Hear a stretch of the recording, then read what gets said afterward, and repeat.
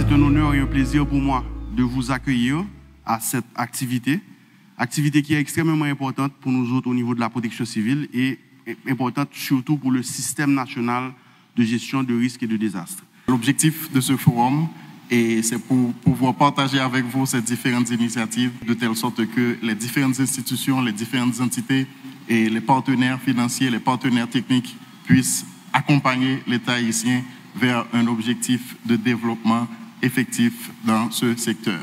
Je suis convaincu que ce programme et ce projet joueront un rôle indispensable à la sensibilisation des citoyens haïtiens. Le PNUD, à travers ce forum national, renouvelle son engagement aux côtés du gouvernement, de la population haïtienne, dans la dotation d'outils nécessaires pour faire face efficacement aux risques de catastrophes.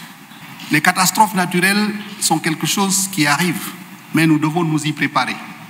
Avec ceci, mesdames et messieurs, il ne me reste qu'à vous souhaiter de fructueux travaux et à vous réitérer l'engagement des Nations Unies à rester auprès de vous, à rester auprès du peuple d'Haïti dans sa lutte pour renforcer ses moyens d'action dans le cadre de la gestion des risques et désastres. Le ministère de l'Intérieur croit fermement que le pays bénéficiera grandement des retombées des discussions qui auront lieu dans les prochaines heures et salue l'engagement de toutes celles et de tous ceux qui contribueront à faire de ce forum une réussite. Bonjour à toutes et à tous. Alors j'ai la lourde tâche de vous présenter l'architecture de la base de données du SNGRD. L'objectif de cette base de données, c'est de pouvoir décrire ça à un événement donné, de façon à ce que on puisse coordonner le plus rapidement possible les secours nécessaires. C'est effectivement le résultat de la modélisation de la base de données. Alors c'est très informatique, il n'y a pas tout. Le point nodal étant effectivement l'événement et puis la localisation et ensuite les types de dégâts. On va passer très rapidement parce que l'objectif n'est pas de faire un commentaire composé de l'architecture et du moteur en question, mais plutôt de s'intéresser à ce qui va l'habiller. Mais je vais quand même vous montrer le diagramme UML qui a été fait pour la gestion de pour la mise en œuvre de cette base de données. On a en rouge toutes les parties dégâts, hein, qu'elles soient dégâts humains, qu'ils soient dégâts matériels, que ce soit dégâts aux infrastructures, etc. On a la partie verte qui correspond aux besoins. Voilà. Au centre, on a toute la partie effectivement saisie de la fiche et localisation de la fiche. Et puis en bleu, c'est l'événement en question auquel il se rapporte.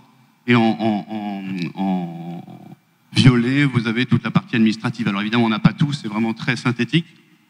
Et l'objectif, c'est d'avoir une base de données qui soit complètement opérationnelle et qui réponde à l'ensemble de ces critères et la plus simple possible quand même, de façon à ce que derrière, on puisse l'agrémenter avec un certain nombre d'autres types de données. Voilà, je vous remercie.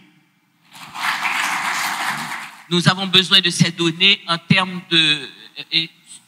pour pouvoir avoir des projections et faire de la programmation.